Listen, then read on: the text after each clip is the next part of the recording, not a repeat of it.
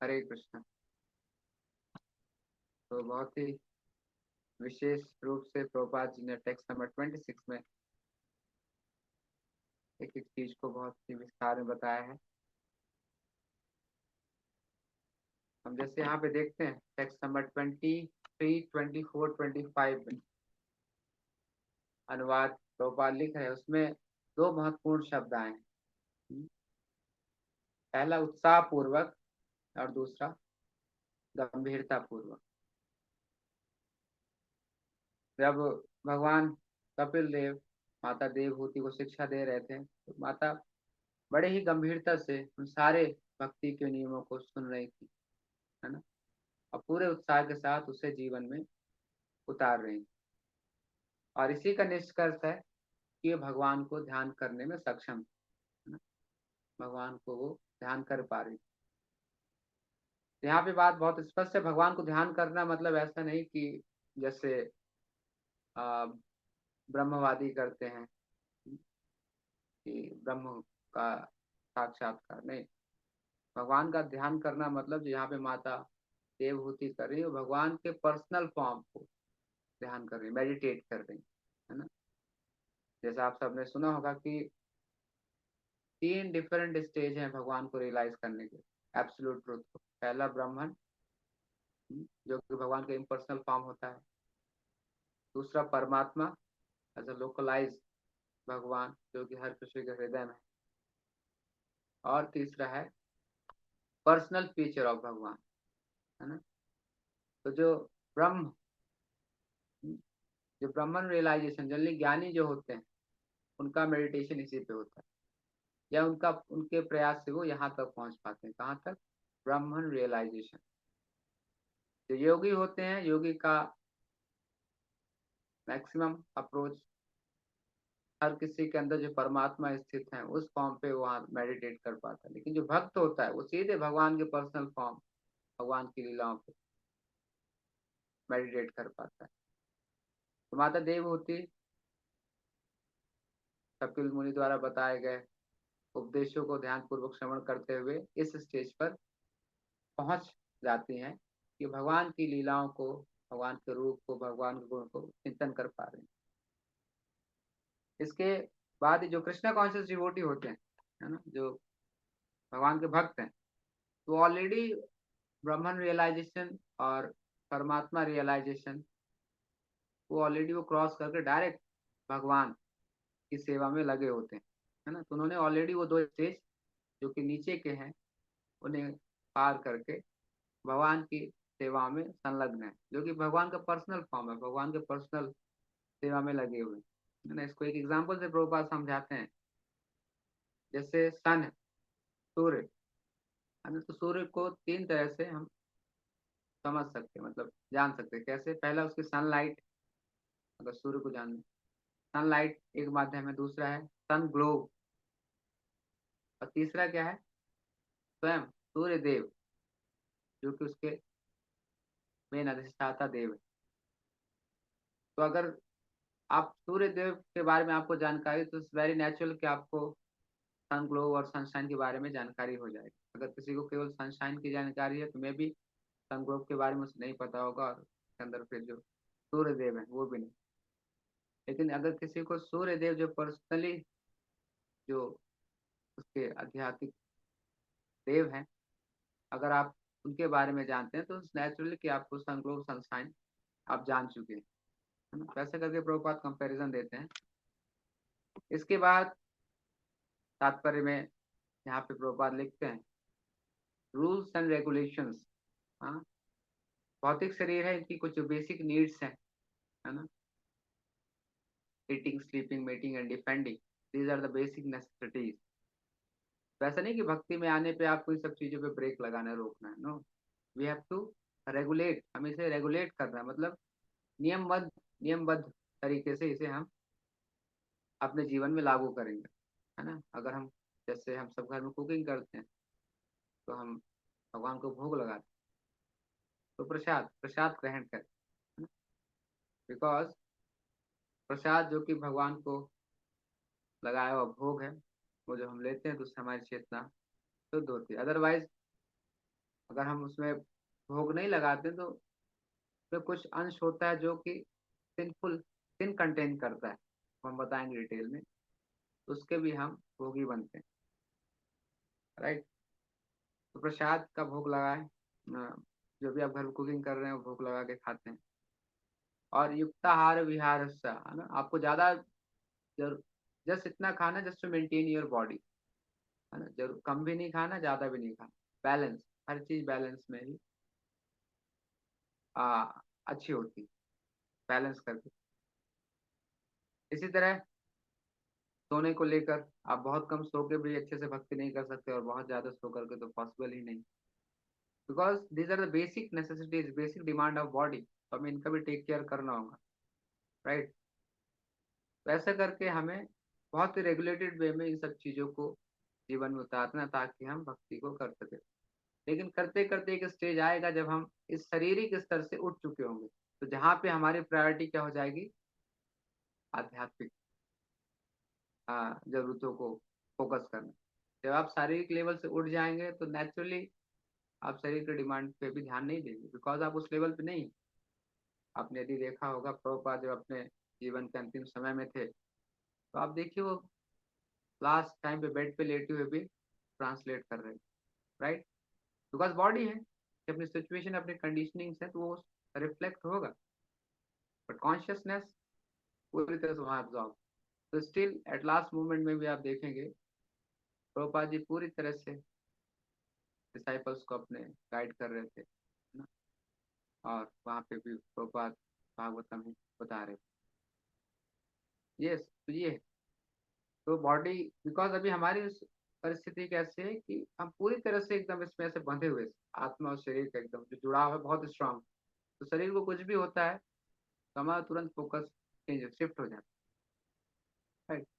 Because we are very condition situation, condition अवस्था में। लेकिन जैसे माता देवहूति यहाँ पे बता रहे हैं कि वो सारी बॉडीली नेसेसिटीज से ऊपर उठ चुकी है। क्यों? वो इस लगातार इस विधि विधान को अपने जीवन में पालन करते हुए उस स्टेज से वो ऊपर उठ जाते हैं, जहाँ पे प्रकृति के 3 गुण भी हमें नहीं परेशान कर सकते। जो भी कंटेमिनेशन हम महसूस करते हैं, ये जो इस संसार में हमें देखने को मिलता है, just because of the 3 modes of material nature. Right. तो इस भौतिक संसार के कंटेमिनेशन से, अशुद्धियों से ऊपर उठना है, तो हमें तीनों गुणों से ऊपर उठना पड़ेगा। तब जाके भौतिक संसार की जो अशुद्धियां हैं, जो विकृतियां हैं, विकार हैं, उनसे हम बच सकते हैं ना। That is the pure stage, that is the pure stage of our consciousness. And specially के बाद फिर प्रभुपाद नेक्स्ट पैरा में लिखते हैं कि जो बॉडी है, जो बॉडी हमें मिली, दैट इज अनवांटेड। हाँ, जरूरत नहीं थी, लेकिन हमारी परिस्थिति ऐसी थी कि भगवान को देना पड़ा, because we want to enjoy material world, we want to enjoy, इसलिए भगवान ने हमें ये शरीर दिया। और इस शरीर देने के बाद फिर इनकी जो नेसेसिटीज है, इनके जो भी आ, आ, जो भी इनके फैक्टर्स हैं, उनको हमें ध्यान में रखना पड़ता है। लेकिन जैसे हमने बताया कि माता देवहूति जब शरीर लेवल से ऊपर उठ जाती है, तो उनके लिए बॉडली सिचुएशन क्या है, कैसा, वो फोकस नहीं रख पाता, क्योंकि वो बॉडली स्तर से ऊपर उठ गई, इस वजह से बॉडी की नेसेसिटीज पे ध्यान नहीं जा रहा है उनका। राइट। आगे फिर प्रभुपाद कहते हैं जो ज्ञानी हैं, योगी हैं, और भक्ति भक्ति योगी, तीनों योगी, तो आप कोई मार्ग चुने, आप कोई मार्ग चुनते हैं, लेकिन अगर उसका अल्टीमेट एम भगवान की दिव्यमयी सेवा में जुड़ना नहीं है, तो आप कितने भी ज्ञानी क्यों ना, कितने बड़े योगी क्यों ना, it's just a waste of your time, just a waste of your time. जैसे प्रभुपाद बोलते हैं कि जो योगी होता है उसको ध्यान लगाने के लिए यम नियम आसन प्राणायाम ऐसे करके 7th स्टेज पे वो आके ध्यान लगा पाते, प्रभुपाद लिखते हैं तात्पर्य में। लेकिन भक्ति योग में देखिए आप, श्रवण कीर्तन देन स्मरण, करेक्ट, तीसरे स्टेज पे आपको मिल गया, है ना। It's very natural. अगर आपका श्रवण कीर्तन अच्छा है, स्ट्रांग है, तो आपको ध्यान करने में भी अपने आप को इतना जो फोकस मतलब इतनी मेहनत नहीं करनी पड़ेगी। Very natural. अगर आपका श्रवण कीर्तन आपने अच्छा किया है तो आपको स्वतः ही भगवान के विषय में, भगवान के संबंधित चीजों में आपका ध्यान जाएगा। और आपने हो सकता है कभी महसूस किया हो इस बात को, जिस दिन आपने अच्छे से जप किया, जिस दिन आपने अच्छे से कथा में ध्यान दिया, तो पूरे दिन उस चीज को लेकर आपके दिमाग में बातें आते रहे, है ना। And that is the stage of समाधि। भगवान के क्या, भगवान को मतलब भगवान की सेवाओं के बारे में या भगवान को प्रसन्न करने के लिए मैं क्या करूं, हाँ, उस पर कंटिन्यूस चिंतन करना ही समाधि की स्टेज है। प्रभुपाद इसका सबसे अच्छा एग्जाम्पल देते हैं, the preaching and book distribution. हाँ, प्रीचिंग में क्या होता है, आप कंटिन्यूसली सोचते हैं अगर ये व्यक्ति मुझे मिलेगा तो क्या बताना है, भगवान का भगवद गीता का कौन सा श्लोक है, भगवान का कौन सा पास टाइम, क्या फिलोसफी जिससे मैं इसे कन्विंस कर दूँ। हमारा तो आपका वर्डली संसार के यहाँ वहाँ की चीजों में ध्यान जा ही नहीं सकता जब आप किसी को प्रचार कर रहे हैं, किसी को प्रचार करने के बारे में सोच रहे हैं, है ना। इन द सेम वे अगर आप देखेंगे बुक डिस्ट्रीब्यूशन में, है ना, बुक डिस्ट्रीब्यूशन में आप जा रहे हैं, आप हैं कहीं पे भी या सिग्नल में है या कहीं भी हैं, तो आपको कंटिन्यूस रहता है उनको बुक्स देनी, कैसे मैं क्या बोलूँ, क्या अप्रोच करूँ, बुक में कौन सा पेज, कौन सा श्लोक, राइट। तो that is the stage of समाधि। जस्ट थिंक, समाधि वर्ड ही अपने आप में एक बहुत बड़ा टर्म है। और उस समाधि के स्टेज पे जैसे बताया ना, जो हठ योगी होते हैं कि पहले उन्हें कितना कुछ नहीं करना पड़ता, अपने सारी वायुस को, प्राण वायु, आदान उपान जो भी वायु, सबको कंट्रोल करना पड़ता है। और बहुत ही एक फिक्स पोस्चर में बैठ के और बहुत ही स्ट्रिक्ट रूल्स के अंदर रहने के बाद वो स्टेज पहुंचता है, कहाँ पे, समाधि पे। हाँ, लेकिन आप देखिए भक्ति योग ऐसा माध्यम है, भक्ति योग इज लाइक अ टनल। हाँ, आपने देखा होगा जब आप कहीं ट्रैवलिंग करते हैं तो जो रोड होता है वो पूरा पहाड़ों के चक्कर लगाते हुए जाता है उस तरफ, हाँ, लेकिन ट्रेन देखिए सीधा टनल से निकल जाती है। दैट इज भक्ति योग, ऐसा हम समझ सकते हैं। तो भक्ति योग एकदम डायरेक्ट आपको सारे चैलेंजेस और जो भी डिफिकल्टीज हैं उनसे बचा के आपका टाइम भी सेव होता है, और ऐसे करके आप भक्ति योग में जुड़ जाते हैं। तो मुख्यतः अगर हम एक बार फिर से अगर श्लोक पे नजर डालें,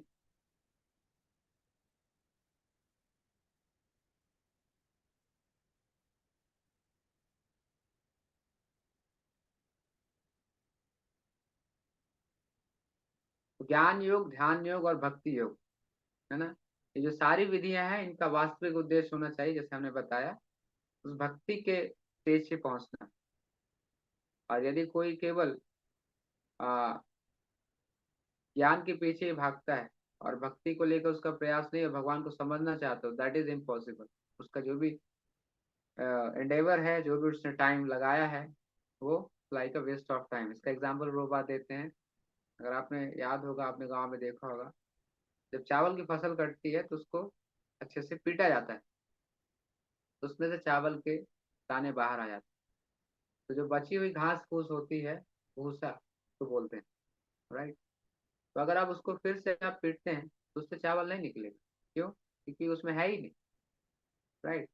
तो इसी तरह बताया गया है कि जो ध्यान योगी या ज्ञान योगी होते हैं उनका प्रयास ही ऐसा है, राइट।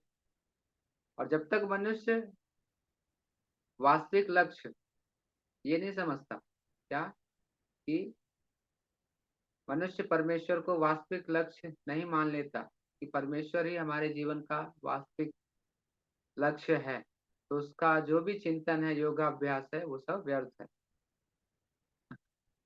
आगे प्रभुपाद कहते हैं कि ज्ञान तथा योग भक्ति की विभिन्न प्रारंभिक अवस्थाएं, लेकिन जो भक्ति कर रहा है वो ऑलरेडी इस ज्ञान योग, उसके अंदर समस्त ज्ञान, भक्ति करने से दिव्य ज्ञान, हृदय प्रकाशिता, जैसे हम गुरु पूजा में गाते भी हैं, है ना। तो ये सारी चीजें उसके अंदर बाय नेचुरली आ जाती है, क्योंकि वो सबसे टॉप स्टेज है ना। तो ध्यान और ज्ञान इस स्टेज से ऊपर होता है वो, और भक्ति करते हुए चीजें स्वाभाविक रूप से उसमें आ जाती हैं। जो मेन मुख्य बात यहाँ पे हम समझें, इस पूरी प्रोसेस के दौरान आप देखें जो पहले तात्पर्य में प्रभुपाद लिखते हैं अनुवाद में, गंभीरता पूर्वक और उत्साह पूर्वक, ये दो चीज बहुत इंपॉर्टेंट है किसी भी फील्ड में सक्सेस के लिए। अगर हम देखें, अगर हम भौतिक संसार में भी अगर सफल होना चाहते हैं तो हमारे अंदर एक उत्साह होना चाहिए, मुझे ये करना है ना, और उसको लेकर गंभीर भी होना चाहिए किसी भी फील्ड में सफलता के लिए। तो इसी तरह भक्ति में भी हमें ये प्रिंसिपल हर जगह लागू, तो भक्ति में भी हमें गंभीर रहना है और उत्साह पूर्वक हमें प्रयास करते रहें, है ना। जो भी हम अपने पूर्ववर्ती आचार्यों से सुनते हैं, बुक्स में पढ़ते हैं, गीता भागवत से, उनको समझने का प्रयास करें और जितना अच्छे से अच्छा हो सके हमें इन्हें प्रयास करना चाहिए जीवन में उतारने का, राइट। जैसे यहाँ पे स्पेशली जो 4 बेसिक नेसेसिटीज ऑफ बॉडी की बताई गई, तो चीज़ें हमेशा बैलेंस होनी चाहिए। देखिए बैलेंस हर जगह जरूरी है, हमारे बॉडी में भी अगर बीपी बढ़ता है या कम होता है, दोनों में प्रॉब्लम, राइट। बैलेंस में रखते हैं तब जाके चीज़ें हम अच्छे से कर पाते हैं। स्पेशली प्रभुपाद बोलते हैं जैसे जैसे आप भक्ति में आगे बढ़ें तो वेरी नेचुरल कि आपका स्लीपिंग रिड्यूस होना चाहिए, है ना, आपका निद्रा कम होनी चाहिए। प्रभुपाद बोलते हैं आज के समय में सिचुएशन तो ऐसा है कि अगर आपके पास टाइम बचा अभी क्या करना कुछ नहीं तो फिर हो जाते हैं, ऐसे करके अपना टाइम मैनेज कर नो। तो हमें अपना sleeping specially, that is a sign of ignorance, है ना, ignorance and passion, the whole world is full of ignorance and passion. जो प्रकृति के 3 गुण हैं, है ना, that is the contamination of material world. तो इनसे भी अगर हमें ऊपर उठना है, बाहर आना है, ये भक्ति अगर हम अच्छे से करेंगे तो ये प्रकृति के तीनों गुण हमें प्रभावित नहीं कर पाएंगे, है ना। और स्पेशली अगर आप देखें, आप जिस भी दिन आपने अच्छे से मॉर्निंग में स्टैंडिंग है full day, you are feeling very energise, very active, correct ना, तो उस दिन आप एज एक अलग ही प्लेटफॉर्म पे, तो उस दिन आपको modes of material nature affect नहीं कर पाएंगे, करेक्ट। वैसे करके अगर हम इस गंभीरता से और इस उत्साहपूर्वक चीज़ों को अच्छे से प्रयास करते हुए करते रहेंगे, या देर इज सम सिचुएशन जहाँ पे हम कंफ्यूज होते हैं, सोच में पड़ जाते हैं, बट ऑलवेज बी डिटरमाइंड, हमेशा दृढ़ विश्वास हो, ये दृढ़ विश्वास कि मेरे गुरु, हमारे गुरु ने जो कहा है और ये जो चीज़ें हम कह रहे हैं कर रहे हैं, श्योर हम इसमें सफल होंगे। जैसे मैंने पहले भी कहा कि भक्ति में कोई फेल नहीं होता, सब पास होंगे, रिजल्ट इज पास, डिपेंड करता है आपको टाइम कितना लगे। जैसे आपने आ, एक रिले रेस का अगर सुना होगा नाम, रिले रेस, राइट ना।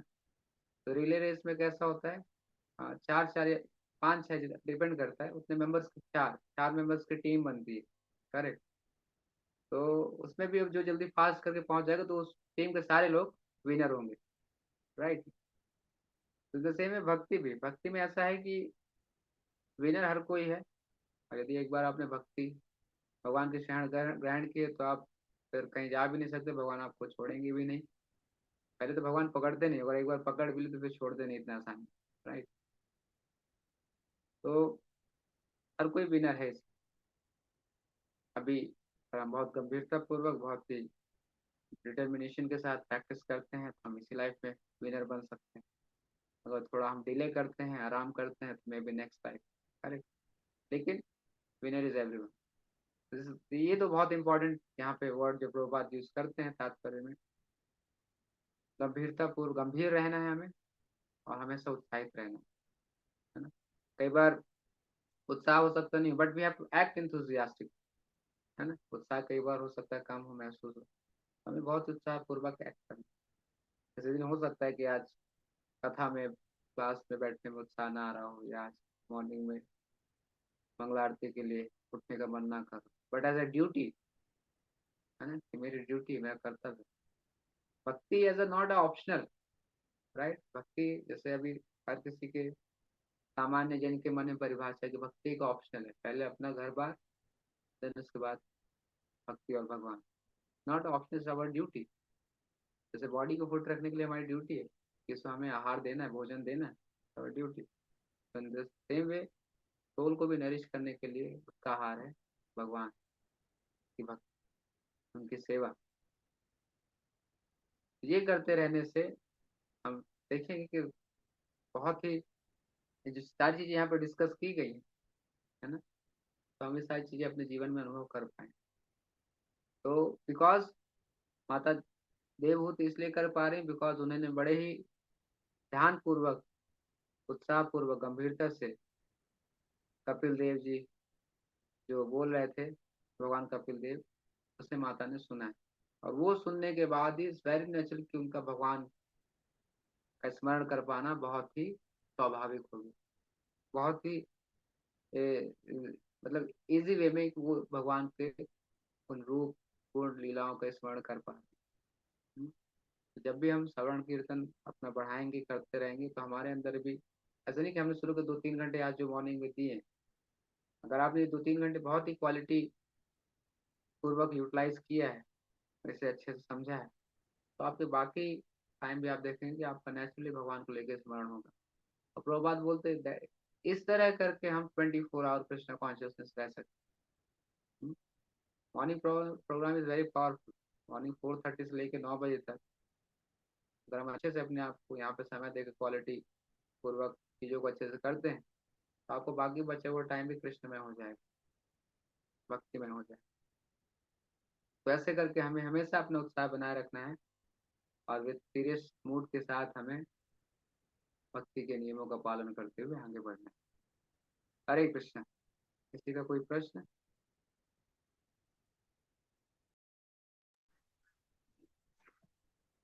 Hare Krishna, Prabhuji. A very heavy lecture it was, but very well explained. Anybody has a question? Any questions? Question, Can just a comment. She had favorable situations, circumstances, so she could probably, Yes, yes. Devahuti को जो है, सुनाई दे रहा है? हाँ बोलिए।